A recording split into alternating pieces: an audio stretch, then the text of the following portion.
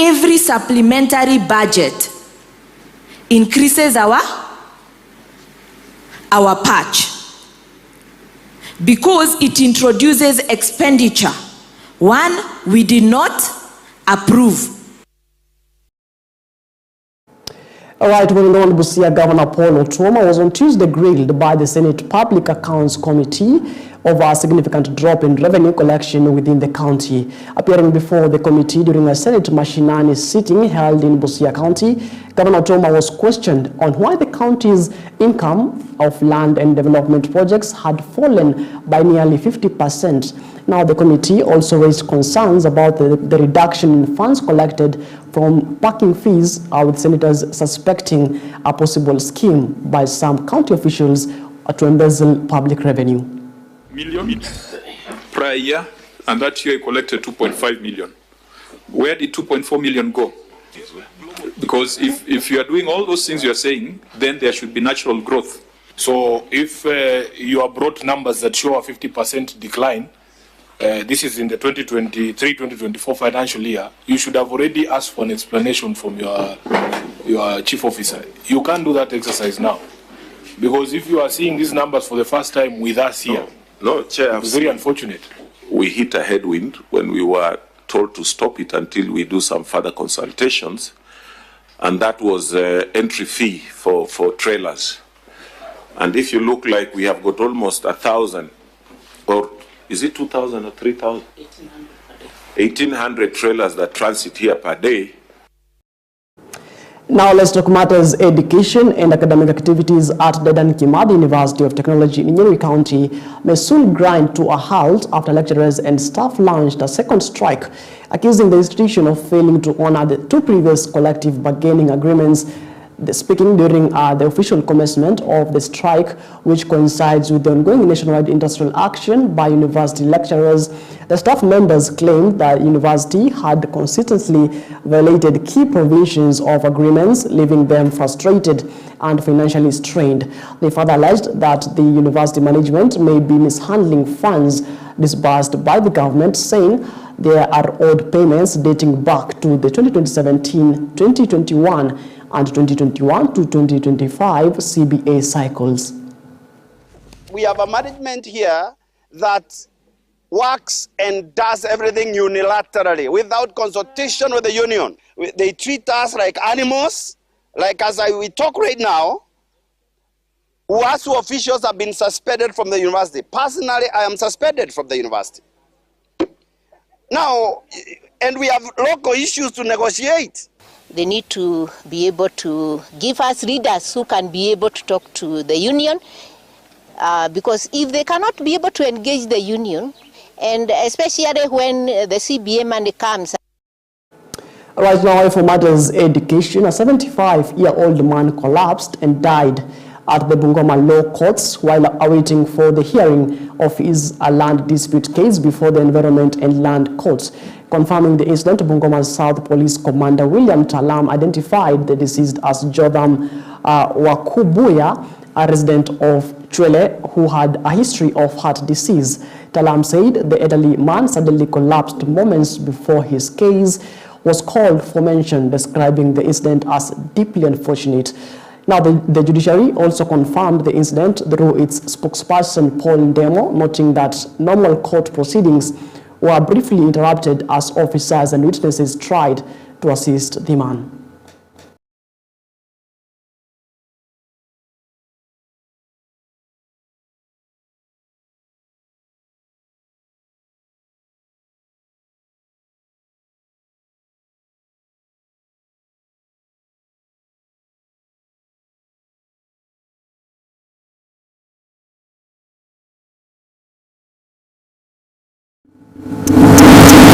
Quite unfortunate story, right? They are moving on. Matters politics. Leaders of the Orange Democratic Movement has strongly criticized members of the opposition over their recent remarks concerning the health of party leader Raila Odinga. Now, speaking to the media, ODM Deputy Party leaders Abdulsamad Sharif Nasir and Godfrey Osotsi, together with the party's Secretary General Edwin Sifuna, condemned what they termed as insensitive and disrespectful comments directed at Odinga. The leaders called on their political rivals to refrain from mocking or politicizing Odinga's health, urging for maturity and respect in political discourse. Mwenye kujiita bakteria, mwenye kujiita virus, sijui mwenye kuita nini, mimi nitawaomba tu kwa roho safi. Please let the name of Raila Amolo Odinga stay out of your mouths. Si level yenu. I want to call on everybody to respect the privacy of the health of individuals, and as has been said before, whenever Mzee has had health challenges, he has always spoken out. Kiongozi wetu wa chama cha ODM, Mheshimiwa Raila Odinga ako imara. Hata leo asubuhi niliongea na yeye akiwa gym. Je, mtu mgonjwa anaweza kuwa gym? Kwa hivyo wale wawachane na sisi, wawachane na chama cha. Alright, still in matters politics, a group of armed youth on Tuesday disrupted a public meeting organized by Kakamega County Women Representative, that is Elsie Muhanda, in El Wasambi, Mumias East constituency. Now the road youth, reportedly armed with stones, stormed the event that had been convened for women and youth groups, forcing temporarily chaos and panic among attendees. Now police officers on the ground swiftly intervened, managing to arrest one suspect while another was seriously injured during the confrontation. According to witnesses, the attackers began pelting stones at the crowd before security personnel restored calm, allowing the event to continue. Wale watu wanaposema ati huenda watu wa Fort Kenya ndio mpini, sisi hatuna mipini. Hao mwanzo ndio maanza kutuchokora sisi, wameleta vita kwetu, wamepiga watu yetu wameumia. Hata kama kuna kijana mmoja amekuwa hapa, wewe kijana songa hapa. Mwanzo wewe kijana alipigwa jana. Tuko na vijana wengine wako hospitali. Tuko na vijana wengine nao walipigwa juzi Jumamosi, wanaendelea na matibabu. Na sisi tumesema lazima, nimekuwa na mkutano na county commissioner na security committee, tukasema lazima tuweka amani. Kama watu wanakucha wanakata vijana yangu, kama huyu alikuwa anaenda nyumbani ati kwa sababu ana support mtu mwingine anakatwa. Na wewe unaenda kwa media unasema ati polisi walishika watu walishikwa kwenda kotini ati walifanya makosa. Sasa hii ni huyu kijana ni mpiga kura. Tumbo imeniuma, nimeendesha sana kwa sababu ya mambo ya Fred. Kuharibia mtoto wangu jina. Yeye alimuona anataka Fred akuja hapa nionyeshe watu wenye anasema ya kwamba mtoto wangu Vincent anawapiga, hata wengine amewafanya nini aonyeshe. Kama ako na exhibit alete hapa, hata mimi niko tayari hata mtoto wangu afanye nini, ashikwe kama amefanya hiyo makosa. Lakini kuharibia mtoto wangu jina, mimi nimekataa. Wamama Chwele tunalia kwa sababu ya nini? Ya mtoto wetu. Kwa nini anaweza kuchukua jina ya mtoto? Na unataka wapigie ndugu yako kura. Kwa nini wewe unaharibu jina ya speaker? Na siwezi ona utofauti wa hizi kura ya siku moja ya tarehe 27. Isababishe maafa, isababishe watoto wetu waumie, biashara iharibike kwa sababu ya kura ya siku moja.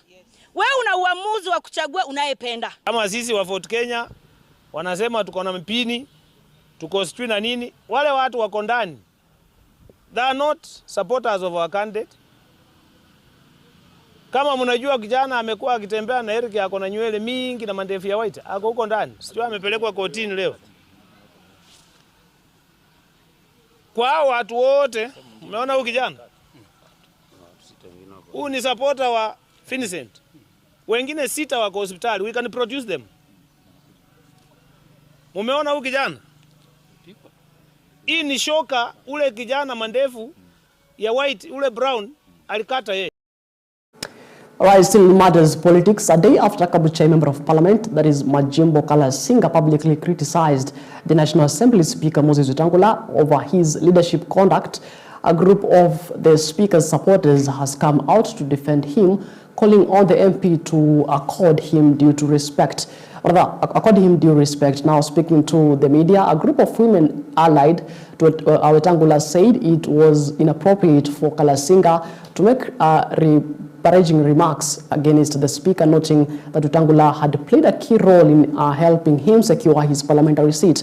They further described the Speaker as one of the most influential leaders from the Western region, emphasizing that he deserves respect for his political experience and contribution to the national leadership. Majimbo hakuwa mwanachama wa Ford Kenya. Mheshimiwa Spika akaenda akamshika mkono na akamtangaza kama mkombea wa Ford Kenya Kabuchai constituency. Mara ya kwanza mheshimiwa spika kumshika mkono na Majimba anapita kura. Kuna kura Kenya mzima, kuna kura Kaspul, kuna kura Malava, hata wenzetu wa Kakamega. Hakuna siku unasikia mbunge ameita media kutusi Mudavadi. Hakuna siku unapata mbunge amekaa anatusi viongozi wa Kakamega. Hakuna siku unaona Mjaluo ameita media anatusi watu wa Kaspul. Raila ameleta mtoto ya former MP anasimama kura. Lakini Majimbo Kalasinga umekosa heshima sana. Na nataka nikuambie ya kwamba kumbuka mahali umetoka. 2013 2017 ulikuwa unakuja kwa corridor ya Governor Lusaka ukihurumisha. Kama kuna mtu wako na desturi ya kukopa madeni Bungoma hii na saa hii umepata pesa unaanza kuita watu majina. Kweli hii dunia haonyo likonjo haonyo enjarata. Na Majimbo Kalasinga kwa sababu amekula ameshiba amepoteza network. Kuanzia leo Majimbo uheshimu chama cha Ford Kenya, uheshimu baba wa Roma. Sasa unatuambia kwamba wewe unataka kuwa party wachana na Right now, thousands of students in Murang'a County can finally breathe a sigh of relief after the county government resumed the disbursement of bursaries that had been delayed for months following the standoff with the control of budget. Now, Governor Irongo Kangata on Tuesday announced the release of bursary funds to more than 50,000 needy students after signing an agreement with the Ministry of Education, allowing the county to formally take over the bursary function. Murang'a becomes the first county to issue bursaries since the suspension following the signing and depositing of an intergovernmental partnership agreement with the COP. Kangata said the decision was aimed at ending the prolonged uncertainty that had affected thousands of learners awaiting financial support. Today is a very important day because Murang'a County has been able to procure bursaries for the children who perform well in day schools, the people transiting to the universities from day schools, and also those who have been under county scholarship for a prolonged period.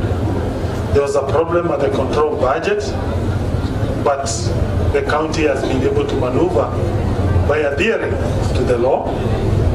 We were able to sign an intergovernmental agreement partnership.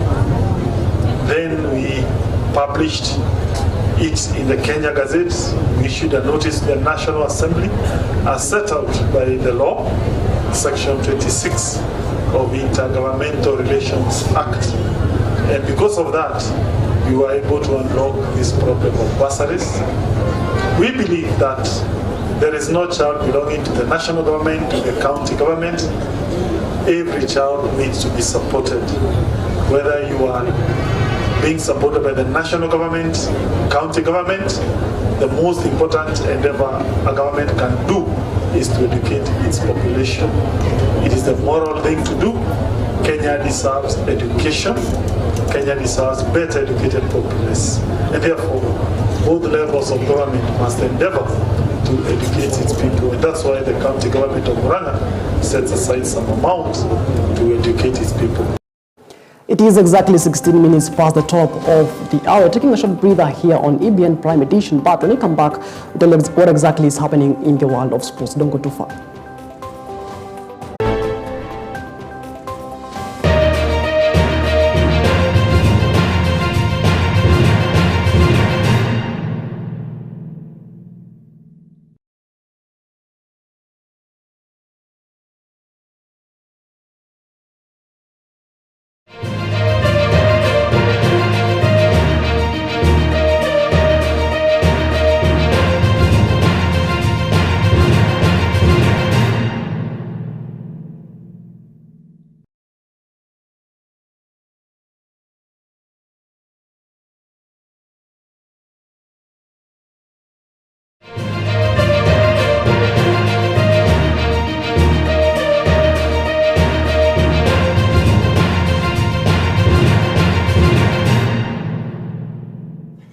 Alright, welcome back. We apologize for the technical hitch. Now, the Harambee Starlets have intensified preparations ahead of their crucial two-legged 2026 Women's African Cup of Nations, that is WAFCON qualifier against the Gambia later this month. Now, Kenya will host the first leg on Friday, October 24th of 2025 at the Nyayo National Stadium in Nairobi, with kickoff set for 6 p.m. Now, the return leg will take place 4 days later on Tuesday, October 28th of 2025 at Stade Lat Dior in this Senegal.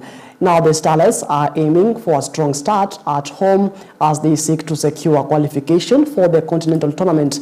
Team officials say preparations are in top gear, with the players focused on building momentum and confidence ahead of their decisive fixtures. Mimi naweza sema kitu ya kwanza, naweza shukuru God kwa kunipa hiyo opportunity kwa first time yangu ya kwanza kuingia senior team. Juu si rahisi, lazima work hard na ujibelieve na kuwa na confidence ndio uweze kupata hiyo opportunity. Nataka ni work hard na hizo vitu makocha wanafunza nishike haraka. Walizo najua si ngumu na pia si rahisi, so ni kujituma na work hard. Okay, my name is Elizabeth Mteshi, nacheza midfield. So mimi kupata hii senior call up my first, nilifeel so great and amazing cause tulikuwa pa last time I was in the under 20 team, that was in 2023, and when we played against Cameroon, coach told us that guys, go back there, work hard, mpate call up ya senior team, and mkifika hapa senior team muonyeshe what you can have. And me, I'm here today and I'm so good. I'm thanking God for this far because I'm work hard and nipate call up. So I'm hoping I'm giving my best here so that I can remain in the team and work for my country and show what I have. All right, moving on, fresh from her dominant double victory at the Bingo Fest opener in Nakuru, long-distance star, that is Maureen Chebor, is set to lead a strong field as the Betika Cross Country 2025 heads to Kericho this Saturday, October 11th of 2025. Now, the event, to be staged at the Kericho Teachers Training College grounds, will feature hundreds of elite and grassroots athletes competing across 3 categories: the 10 kilometers men and women's races, mixed relay, and masters, that is over 50 years, in what promises to be a thrilling leg of the Athletics Kenya Betika Partnership Series. Anticipation is running high as fans await to see whether Chebor can extend her impressive winning streak against stiff competition from fellow runners keen to upset the reigning champion. Now, winners will share a total prize purse of 500,000 Kenya shillings, with the 10-kilometer championships each taking home 150 Kenya shillings, 1,000 Kenya shillings, while the relay and masters categories will also offer lucrative rewards for top finishers.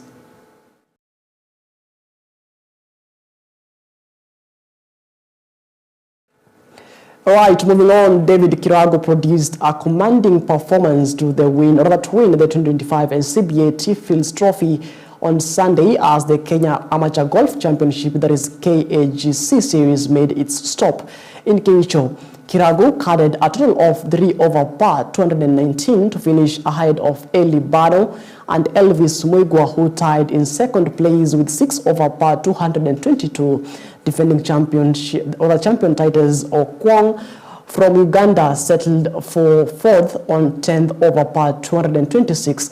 Now, the Muthaiga Golf Club player recovered impressively from a shaky start, sporting 77 in the opening round before bouncing back with a 2 under par 70 on Saturday and an even par finish on Sunday to dethrone Okwong and claim the title.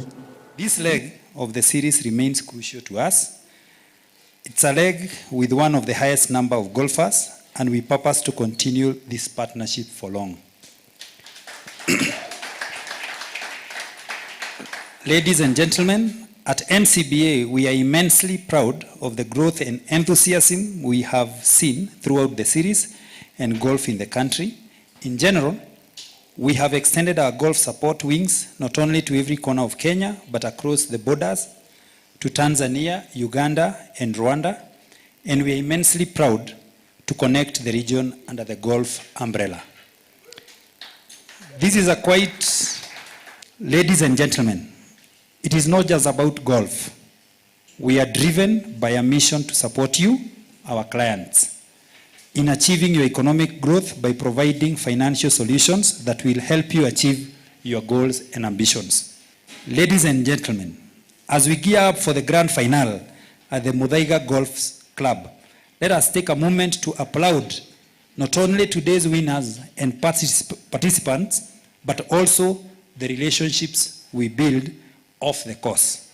Once again, congratulations to today's winners and to all who have made this day possible. We teed off in the morning. I had a late night last night, but yeah, we just pushed through, hit fairways, hit greens, and made the putts. For Muthaiga, I'll just work on my game and hope I become the overall winner.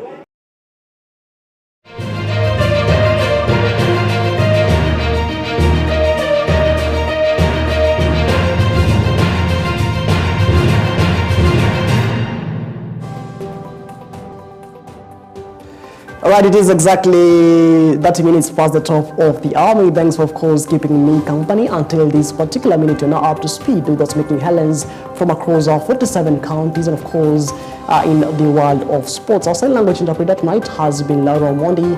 My name is Martin Macharia. Do have yourself a lovely night, and let's meet again when God says we do.